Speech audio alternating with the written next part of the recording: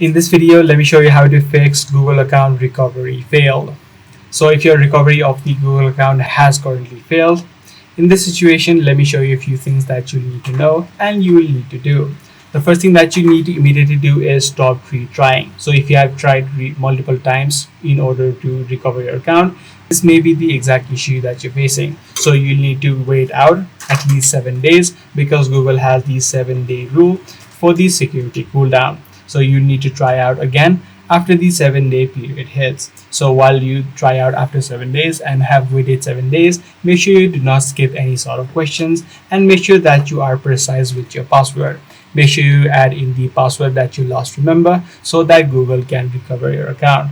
Now, if none of these solutions are working out for you, what you need to also do is make sure that you enter a valid, active, and secondary email and then retrieve the one-time verification code that has been sent to it.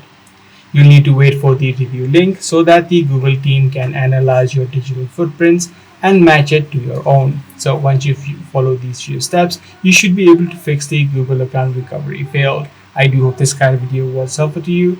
Be sure to subscribe. I'm going to see you in the next one.